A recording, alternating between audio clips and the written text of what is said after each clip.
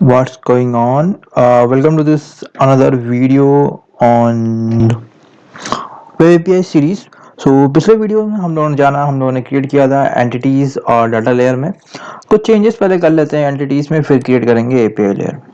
तो अभी आप देख सकते हैं यहाँ पे ये दिखा रहा है, कुछ एरर दिखा रहा है। ये एरर क्या एक्सेप्शन दिखा रहा है। इसको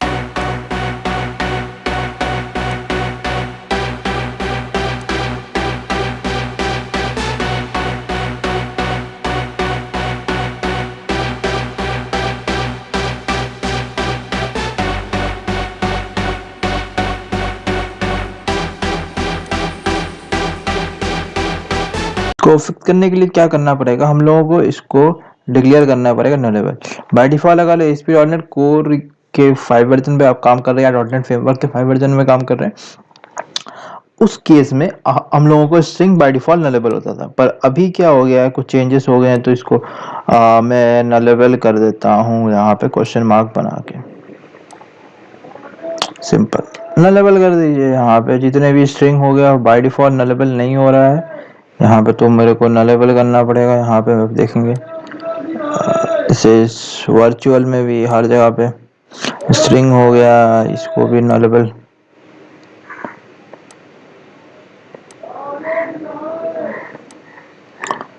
मैं नलेबल कभी फॉर टाइमिंग कर देता हूँ। अगर बाई चांस बाद में कुछ इश्यूज आए तो मैं उसको रिवर्ट बैक भी कर दूंगा। ऐसे कुछ इशू नहीं आने वाला हमारे को, क्योंकि पहले के वर्जन में बाय डिफॉल्ट नलेबल होता था स्ट्रिंग। तो हम लोग स्ट्रिंग को नलेबल नहीं करते थे। जब भी अगर किसी इंटीजर मतलब आईडी को मेरे को नलेबल आईडी नलेबल पास करना, उस केस में मेरे को क्वेश्चन मार्क डालना पड़ता था। अभी ये प्रॉपर्टीज और स्ट्रिंग भी नलेबल हो गई है, नलेबल डिक्लेयर करना पड़ता है। तो ये मेरा एंटिटीज और डाटा लेयर था। आज हम लोग क्रिएट करेंगे API layer. API layer create करने के लिए सबसे पहले मेरे को क्या करना पड़ेगा, यहाँ पे एक न्यू प्रोजेक्ट डालना पड़ेगा।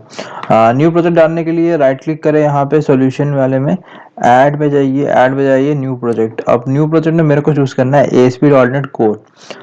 ASP dot net core web app है। देखिए web application dot net framework भी है, मुझे वेब ऐप चाहिए ये वाला। अगर आपको यहाँ रिसेंट में नहीं दिखा रहा है तो आप इस सर्च फॉर टेम्पलेट में भी सर्च कर सकते हैं। अगर आपका टेम्पलेट इंस्टॉल नहीं, इसका मतलब आपने इंस्टॉल किया था तब कुछ गड़बड़ होगा, क्योंकि मैंने भी जब इंस्टॉल किया था तो मेरा ये वाला नहीं आया था, डॉट नेट फ्रेमवर्क वाला। मैंने रीइंस्टॉल किया टेम्पलेट डॉट नेट फ्रेमवर्क वाला तो मिल गया। मैं हम लोगों को डॉट नेट कोर का यूज़ करना है तो मैं ये चूज़ करेगा और इसके बाद मैं नेक्स्ट पे जाऊँगा। यहाँ पे अच्छा सा नाम क्रिएट कर लेते हैं। जनरली मैं जो इस्तेमाल करता हूँ, अगर मैं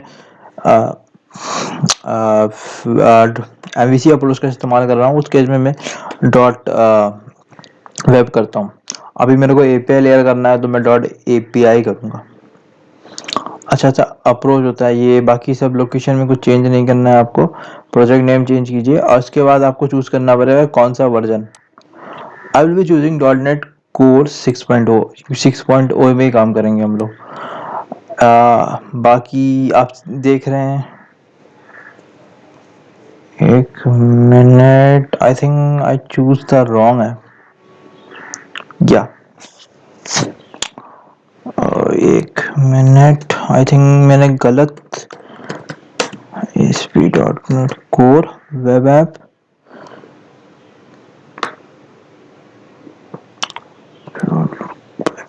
या मैंने गलत टेम्पलेट चूज कर दिया था, मेरे को याद आया, क्योंकि मैंने SP dot net core web app है वेब। अब मुझे एपीआई वाला चूज करना पड़ेगा, ये वाला I think so. Dot net core web API, ये मैंने गलत टेम्पलेट चूज कर दिया था, कोई नहीं होता है। नेक्स्ट पे जाते हैं। डॉट नेट कोर है 6 वर्जन। ऑथेंटिकेशन में माइक्रोसॉफ्ट आइडेंटिटी प्लेटफॉर्म करते हैं। यहाँ पे मेरे को कैसे पता चला, क्योंकि मैंने जब यहाँ पे ऑथेंटिकेशन टाइप देखा, ऑथेंटिकेशन टाइप में मेरे को यहाँ पे इंडिविजुअल यूजर अकाउंट दिखा रहा था। बाय डिफॉल्ट जब हम एपीआई में काम करते हैं तो इंडिविजुअल यूजर अकाउंट का कोई ऑप्शन दिखाता नहीं है, हम लोग को सब कुछ खुद से करना पड़ता है। बाकी डॉट नेट से इस्तेमाल करेंगे Microsoft identity platform. Use controllers minimum API enable OPI everything. ठीक है, क्रिएट करते हैं, थोड़ा टाइम लगेगा क्रिएट होने में। ये मेरा एप्लीकेशन हो गया। ठीक है, ऐड सर्वर डिपेंडेंसीज और ये कर सकते हैं, फिनिश करते हैं।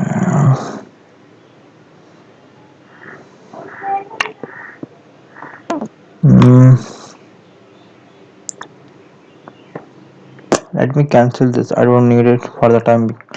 आइडेंटिटी, माइक्रोसॉफ्ट आइडेंटिटी प्लेटफॉर्म कब इस्तेमाल करेंगे? जब हम लोगों को when we are deploying our app in Azure, then for making the keeping the secrets kind of stuff, and जितने भी हमारे ऐप सेटिंग्स हो गए, कनेक्शंस होंगे, उसको हम लोग कीवर्ड में सेव करने के लिए हम लोगों को काम आएगा। ठीक है, इसको हम मैं राइट क्लिक करके सेट एज स्टार्टअप प्रोजेक्ट कर दूंगा। ये इंपॉर्टेंट है क्योंकि एंटिटीज लेवल को मेरे को स्टार्टअप प्रोसेस नहीं करना है, इसको करना है मेरे को। अभी मैं जाता हूँ program.cs में, फिर सीधा program.cs। ये थोड़ा बहुत ही क्लीन है, हाँ, बहुत कुछ एकदम क्लीन मेरे को दिख रहा है। ज़्यादा कुछ है नहीं यहाँ पे, मेरा कुछ ना ऐसा वैसा कुछ नहीं है। अभी मैं सबसे पहले मैं थोड़ा बहुत चेंजेस करूँगा। अभी मेरे को क्या करना पड़ेगा,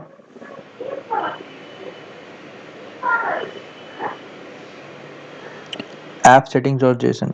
ऐप सेटिंग डॉट जेसन में सबसे पहले मेरे को यहाँ पे एक डाटाबेस का नाम लिखना पड़ेगा। हाँ, तो कनेक्शन स्ट्रिंग से मेरे को यहाँ पे कनेक्शन स्ट्रिंग डालना पड़ेगा। यहाँ पे जो भी आपको कनेक्शन स्ट्रिंग डालना है आपको, तो यहाँ पे मैं क्या कर रहा हूँ, कनेक्शन स्ट्रिंग में मैं अपना लोकल सर्वर का इस्तेमाल कर रहा हूँ क्योंकि मैं लोकल डीबी है मेरे पास अभी फॉर द टाइम भी। जब मेरे पास एज्योर का मैं डिप्लॉय करना तो एज्योर का पाथ आपको लिखना पड़ेगा। जो भी अगर आप SQL सर्वर ऑथेंटिकेशन कर रहे हैं या फिर जो भी कर रहे हैं वो अपने यूजर आईडी पासवर्ड लिखना पड़ेगा। लोकल डीबी है, मेरे को डाटाबेस नेम यहाँ पे ट्रस्टेड कनेक्शन ट्रू डाला, multiple active result sets equal to true. program.cs file में मेरे को क्या करना पड़ेगा, यहाँ से मैं इसको ऐड डीबी कंटेक्ट ऐड करना पड़ेगा और यहाँ पे मेरे को डिफॉल्ट आइडेंटिटी ऐड करना पड़ेगा। तो ऐड डीबी कंटेक्ट मेरे को कहाँ से होगा, ये मेरा होगा रेफरेंस कहाँ पे, डाटा लेयर में, सॉरी डाटा लेयर में। तो डाटा लेयर में मेरे को यहाँ से मैं इसको इनहेरिट कर दिया और इसके बाद यहाँ पे मैं इसको, ये कहाँ पे बुक एमबी यूजर मेरा ये एंटिटीज में है। तो ये इतना मेरा ऐड हो गया। इफ यू सी थोड़ा सा मेरे को टाइम ले रहा है, ऐड डिफॉल्ट आइडेंटिटी। अभी ये मैंने यहाँ पे कुछ लाइन लिखे हैं। सबसे पहले क्या किया मैंने, यहाँ पे वार कनेक्शन स्ट्रिंग डाला है, builder dot configuration dot get connection string, यहाँ पे डेव कनेक्शन हमारा ऐप सेटिंग में जो कनेक्शन स्ट्रिंग का नाम है वो यहाँ पे लिखना पड़ेगा। Coming to the second line, I am writing builder dot services dot add DB context और यहाँ पे कंटेक्स्ट का नाम, ये कहाँ पे कंटेक्स्ट का नाम है, ये हमारा कंटेक्स्ट का नाम है जो हमारा डाटा लेयर में कंटेक्स्ट का नाम है। ठीक है, इसके बाद options equal two options dot use SQL server connection string कहाँ पे, ये मेरा कनेक्शन स्ट्रिंग है। ठीक है, इसके बाद क्या करेंगे, builder dot services dot add default identity और यहाँ पे ये हमारा जो ये हमारा क्या पे है, ये हमारा एंटिटीज में जो मैंने यहाँ पे बनाया ये वाला, इसको मेरे को यहाँ पे लिखना पड़ेगा। Option dot sign in dot required confirm account equal to true, ऐसा कुछ है। तो मैं चाहूँ तो इसको I don't need it, I think I can remove this because अभी मैं टाइमिंग में यहाँ पे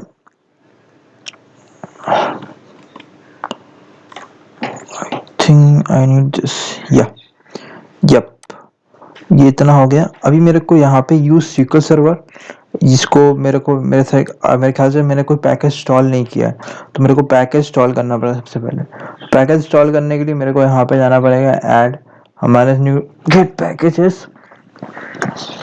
अभी आई थिंक तो एंटिटी फ्रेमवर्क जेएलब्यूटी टोकन यहाँ पे ये डाला हुआ है।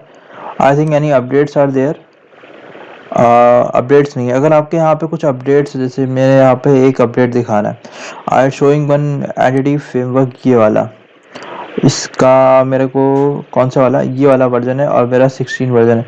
So I will simply update this first of all.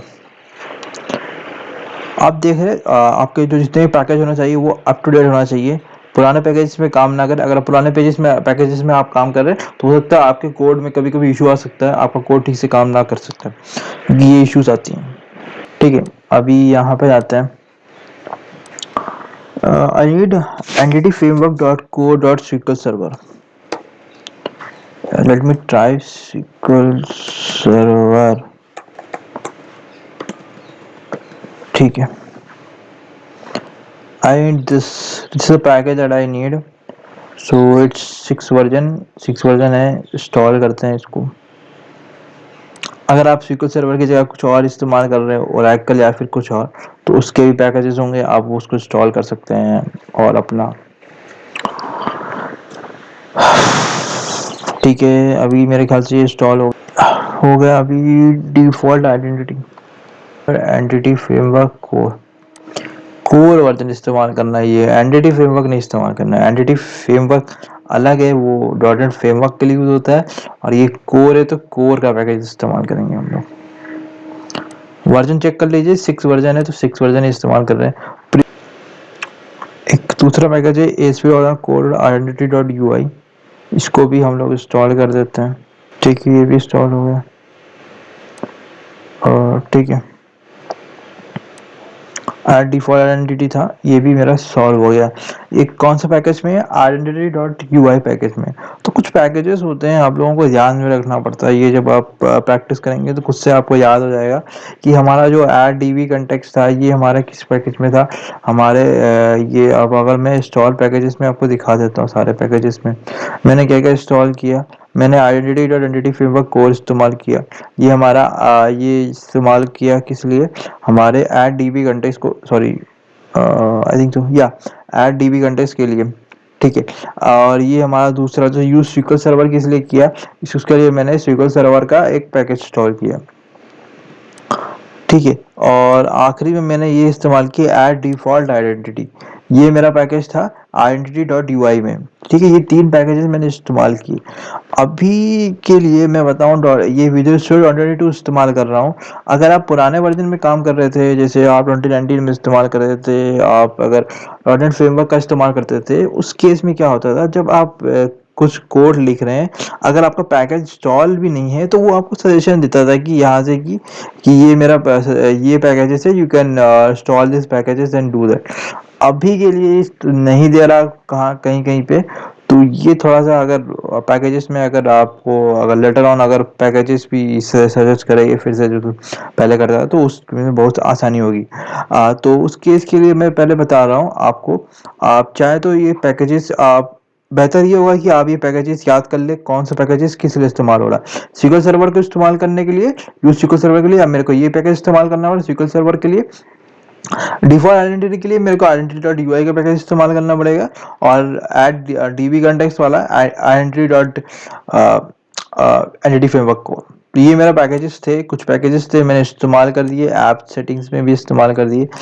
अभी मैं क्या करूँगा, अभी के लिए ये मेरा देखिए, मैंने एक और बार कोड दिखा देता हूँ. कनेक्शन स्ट्रिंग्स बनाया, builder services dot add DB context add default identity, ये मैंने कर दिया है. अभी मैं इस्तेमाल करूँगा कंट्रोलर्स क्रिएट करेंगे. Now we will create a controllers and work on that. ठीक है, अभी मैं देखता हूँ मेरे पास कोई कंट्रोलर है. एक वेदर फोरकास्ट से पहले कंट्रोलर क्रिएट करते हैं. यहाँ पे आते हैं, राइट क्लिक करते, सॉरी यहाँ पे राइट क्लिक नहीं करेंगे, कंट्रोलर फोल्डर के अंदर राइट क्लिक करेंगे. यहाँ पे जाएंगे, कंट्रोलर फोल्डर में क्लिक करेंगे, राइट क्लिक कंट्रोलर रखेंगे, और ये कंट्रोलर का नाम रखेंगे अकाउंट कंट्रोलर. और इसको हम लोग करेंगे ये हम लोग API कंट्रोलर इस्तेमाल करेंगे with actions using entity framework. नहीं करेंगे, एम्प्टी रखेंगे. अभी के लिए मैं एम्प्टी रख रहा हूँ. और ये इसको मैं अकाउंट कंट्रोलर डाल देता हूँ. सॉरी, एक मिनट, वैल्यूज कंट्रोलर कुछ है, अकाउंट कंट्रोलर डालते हैं.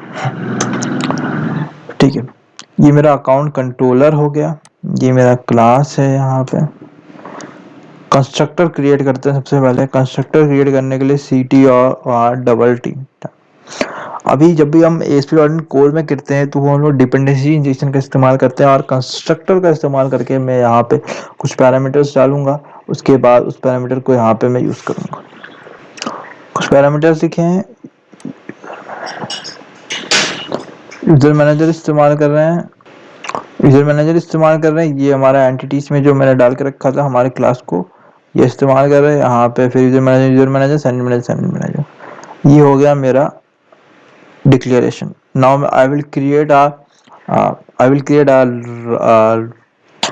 तो रजिस्टर एक्शन में आप देख सकते हैं रजिस्टर एक्शन में क्या होता है हमारे ये रजिस्टर एक्शन लिखेंगे राउट लिखेंगे एचटीटीपी पोस्ट उसके बाद राउट सॉरी हमारा एचटीटीपी वर्ब होगा एचटीटीपी पोस्ट और हमारा सॉरी एचटीटीपी वर्ब जितने भी होते हैं वहाँ पे मैं पोस्ट कर रहा हूँ क्योंकि मैं यहाँ पे डेटा को पोस्ट करूँगा और यहाँ पे राउट में रजिस्टर डालूंगा क्योंकि तुम्हारा हमारा जब आप राउट देखेंगे यहाँ पे slash API slash controller slash register आखिरी में रजिस्टर बन के आएगा। ठीक है, ये राउट मेंशन करने का ये एक और तरीका होता है। यहाँ पे एक व्यू मॉडल है, ये मेरा व्यू मॉडल क्रिएट करेंगे उसके बाद यहाँ पे मैं जितने भी यहाँ पे मेरा यूजर नेम एक फील्ड होगा ईमेल होगा और एक फुल नेम होगा। ठीक है, यहाँ पे मॉडल डॉट यूजर नेम से यूजर नेम डालेंगे मॉडल डॉट ईमेल से ईमेल करेंगे मॉडल डॉट फुल नेम से यहाँ पे फुल नेम करेंगे। पासवर्ड को ऐसे सेव नहीं करते क्योंकि पासवर्ड को सेव करने का हम लोग उसको एंटिटी फ्रेमवर्क का मेथड इस्तेमाल करते हैं तो उस केस में मैं क्या करूँगा ट्राई कैच ब्लॉक रखूंगा var result equal to await user manager dot create async ये एक मेथड होता है user slash model dot password ये तरीका होता है। इस तरह से आप फ़ोन नंबर को ऐड करना चाहते हैं तो फ़ोन नंबर भी ऐड कर सकते हैं। यहाँ पे phone number by default encrypt होकर नहीं आता है, आपको फ़ोन नंबर दिखेगा हमारे SQL सर्वर में। तो ये एक मेथड क्रिएट कर लेते हैं। यहाँ पे कुछ फोल्डर्स नहीं है मेरे पास एक भी। लेट्स क्रिएट अ फोल्डर, एक न्यू फोल्डर क्रिएट करते हैं। यहाँ पे नाम रखते हैं व्यू मॉडल्स। इसमें राइट क्लिक करते हैं, नया क्लास क्रिएट करते हैं रजिस्टर व्यू मॉडल और ये मेरे ख्याल से इनहेरिट नहीं हुआ। अच्छा, यहाँ से ऐसे इनहेरिट हो गया। अभी कुछ पैरामीटर्स यहाँ पे मैं पैरामीटर्स डालूंगा। तो सबसे पहले पैरामीटर्स डिक्लेयर कर देते हैं। यहाँ पे आईडी से पहले देखिए आईडी आ रहा है। आई don't need this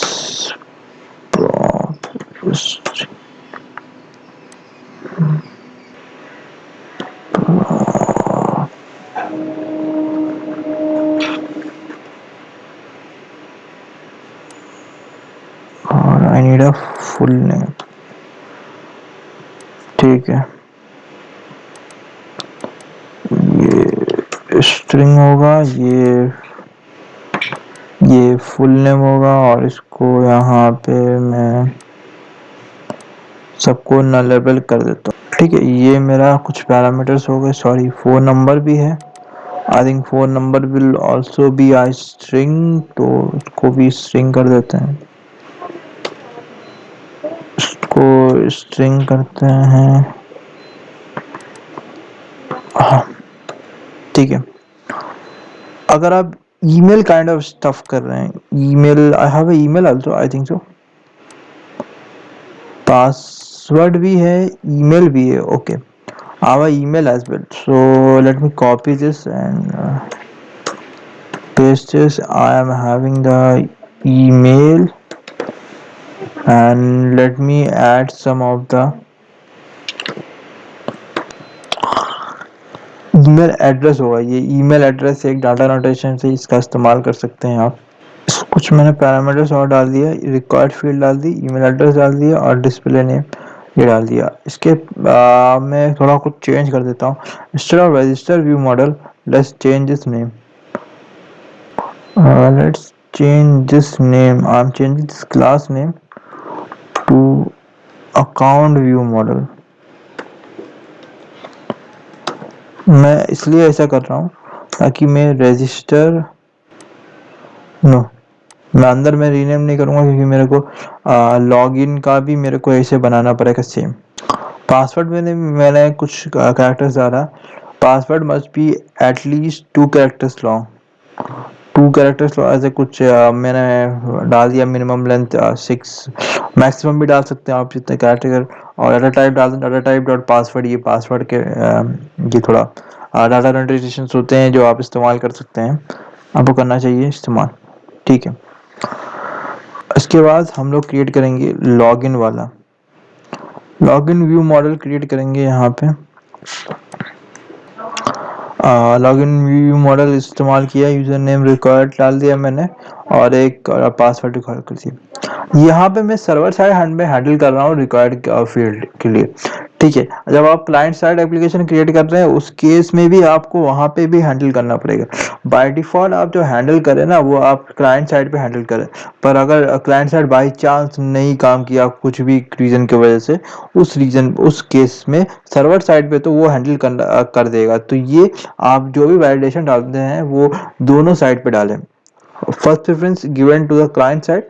If it does not work, then the server side responsibility will be to handle this kind of validation kind of stuff. So these are the two first is register and second is login view model. We have some parameters like username, email and password, full name and phone number.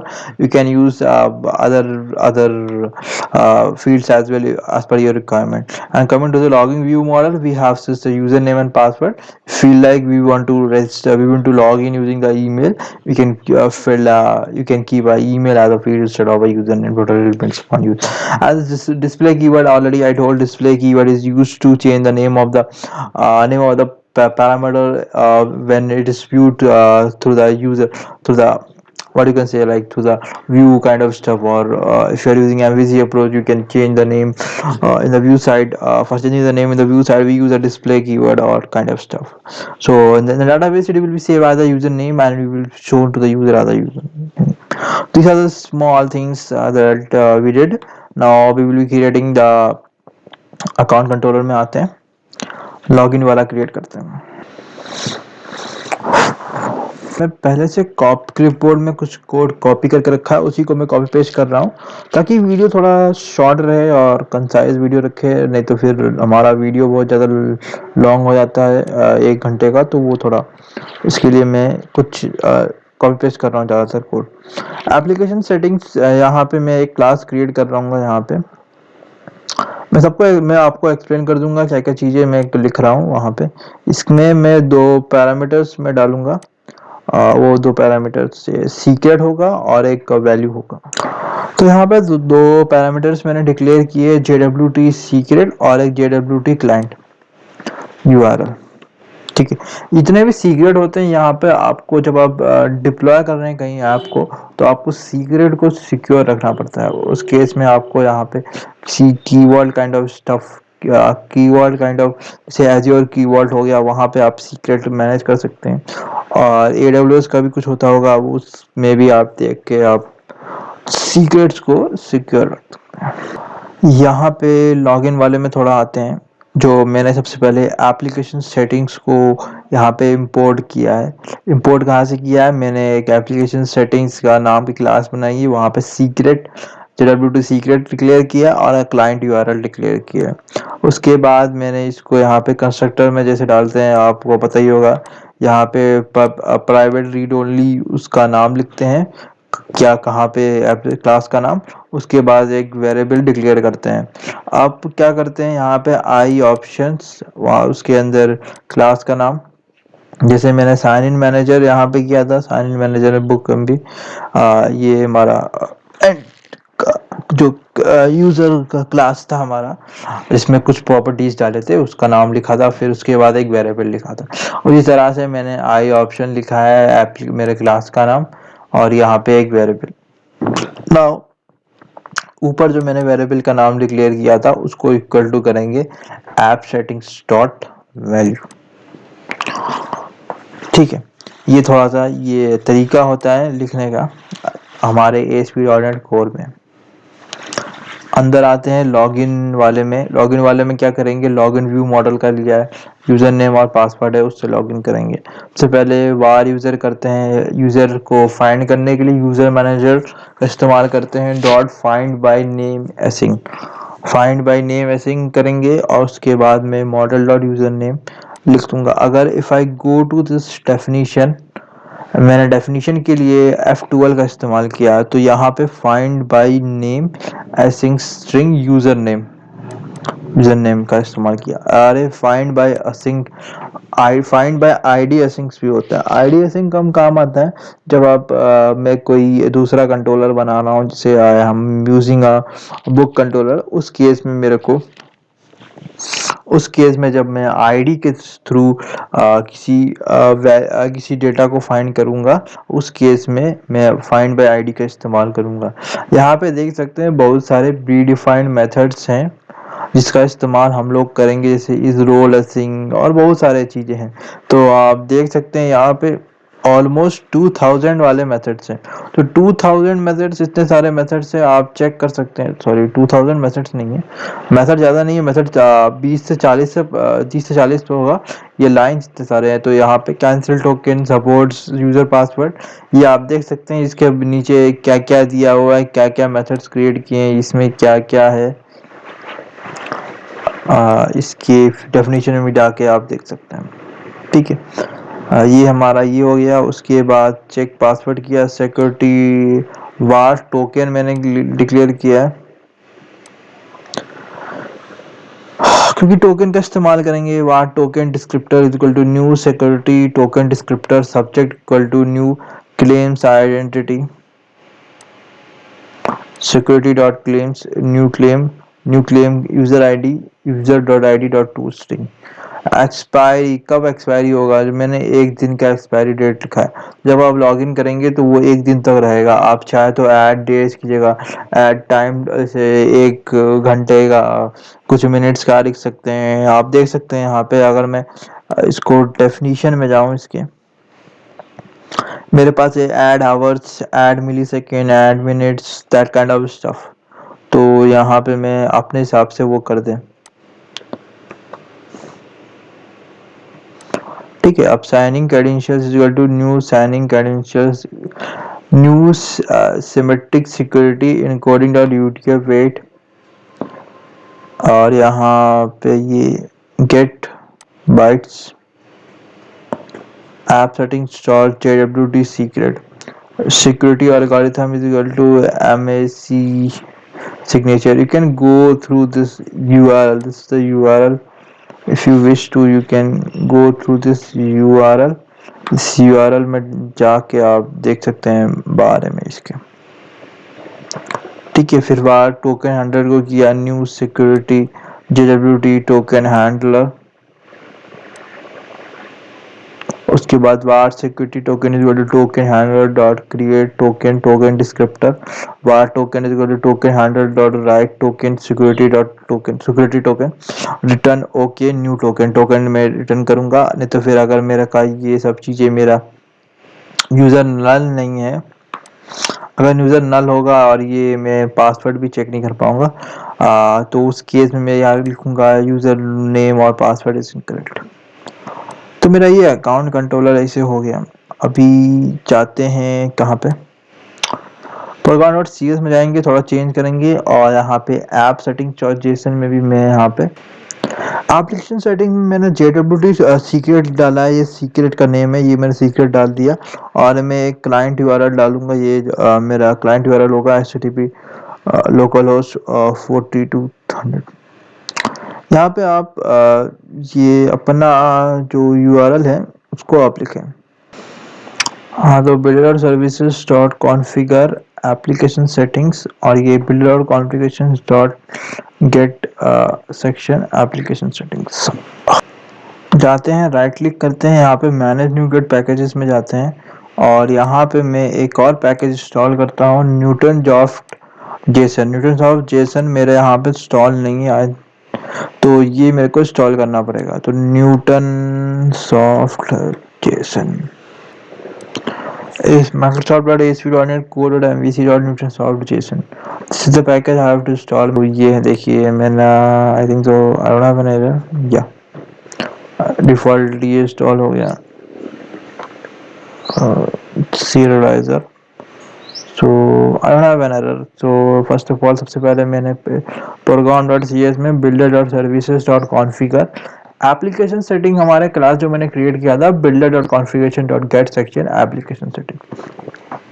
अभी builder.services.add controllers with views dot add newton soft json options equal to options dot serialize settings dot reference loop handling equal to newton soft dot json dot reference loop handling dot ignore। dot add newtons of json options dot options dot serialize settings dot contact contract resolver equal to new default contact resolver। ठीक है, ये मैंने कुछ line लिखी, इसके बारे में आप इंटरनेट पे और भी सर्च कर सकते हैं।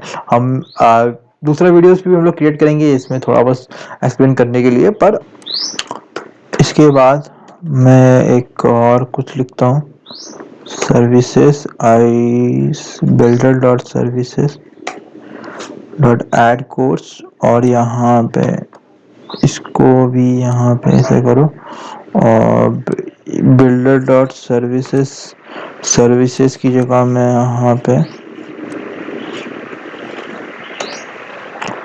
बिल्डर डॉट सर्विसेज कर दूंगा, और ये भी हो जाएगा बिल्डर डॉट कॉन्फ़िगरेशन, और ये टोकन माइक्रोसॉफ्ट आइडेंटिटी फ्रेमवर्क।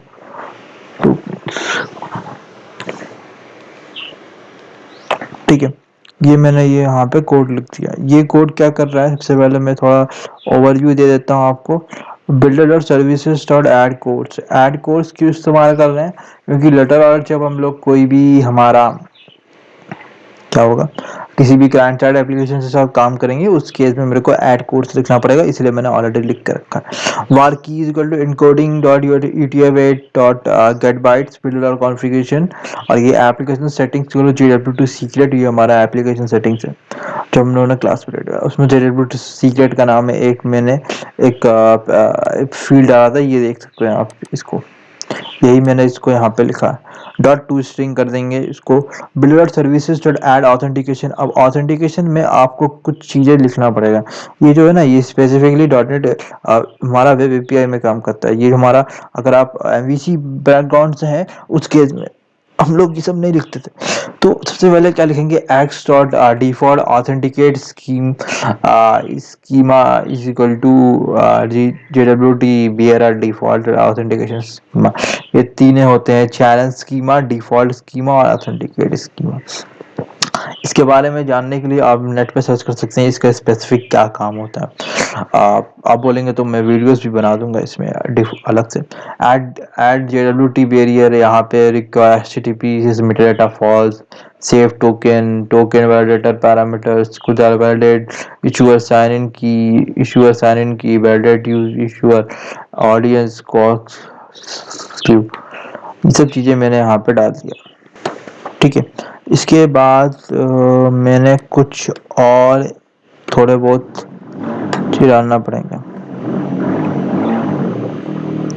पे app dot use static files का इस्तेमाल करते हैं, हमारे जितने भी स्टैटिक इमेजेस का इस्तेमाल कर सकते हैं, या फिर जो भी स्टैटिक फाइल्स होंगे हमारे www रूट फोल्डर में हम लोग सेव करेंगे, उसको इस्तेमाल करने के लिए app dot use static files का इस्तेमाल करेंगे।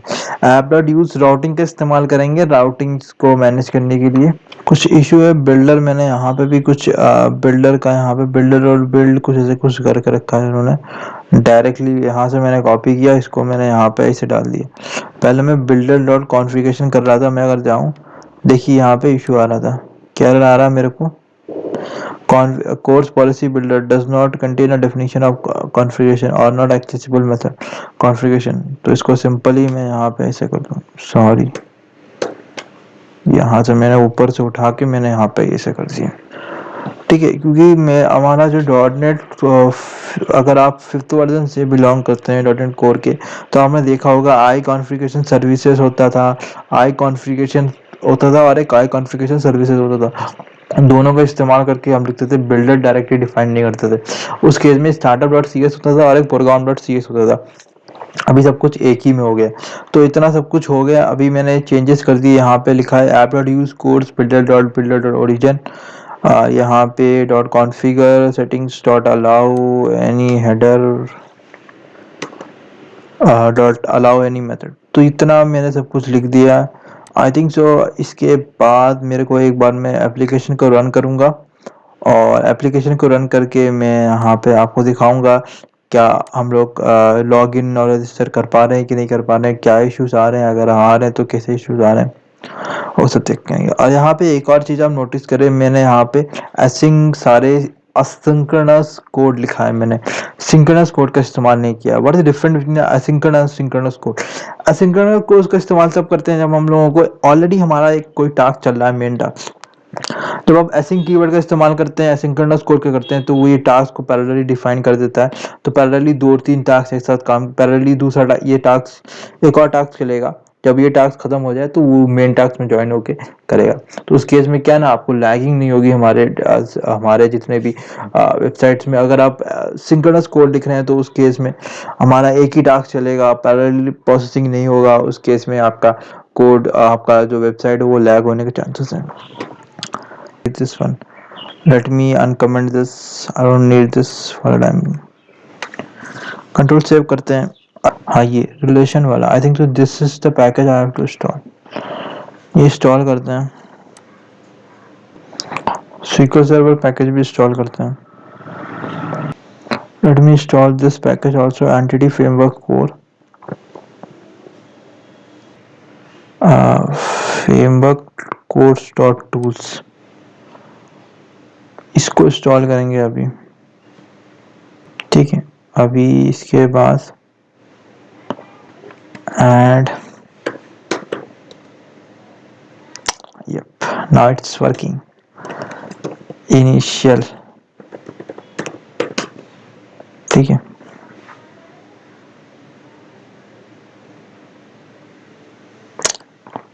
ठीक है, अगर मैं उस टाइम में मेरे को सिर्फ एक package entity framework dot code dot tools, ये कुछ एक्सेप्शन दिखा रहा है, डिस्काउंट ऑन एंटिटी फ्रेमवर्क और ऐसे कुछ दिखा रहा है।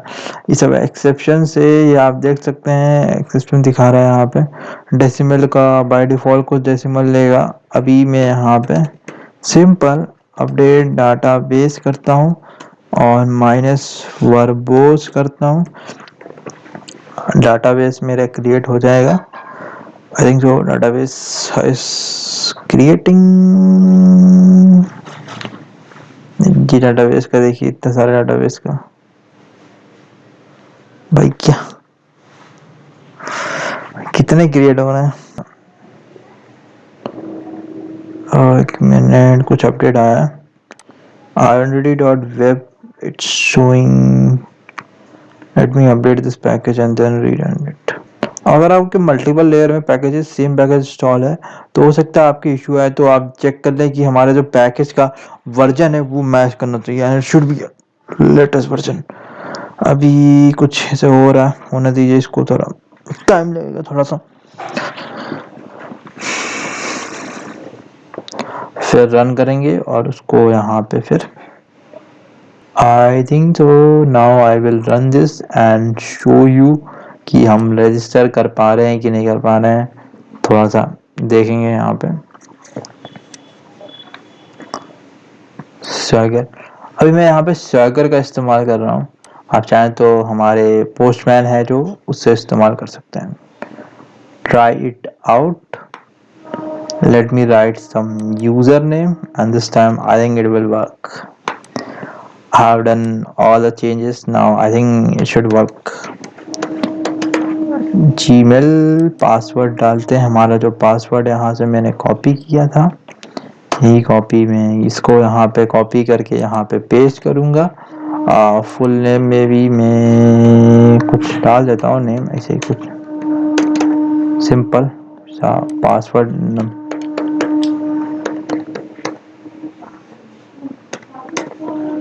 ठीक है, एग्जीक्यूट करते हैं। Hopefully it should work. if it's something other, I think so it worked success. कुछ एरर नहीं आया मेरा।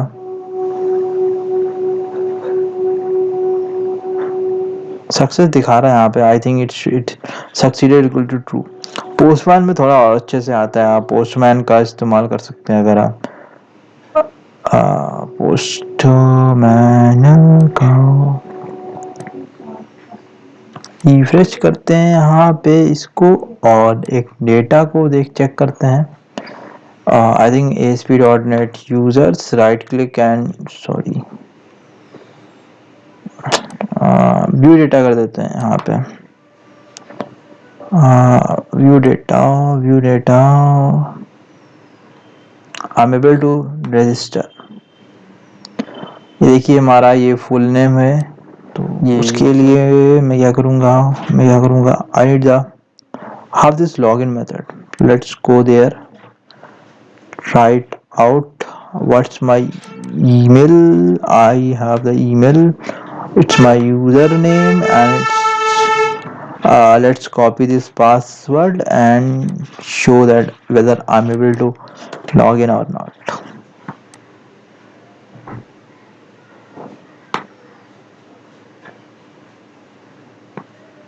I'm getting this token.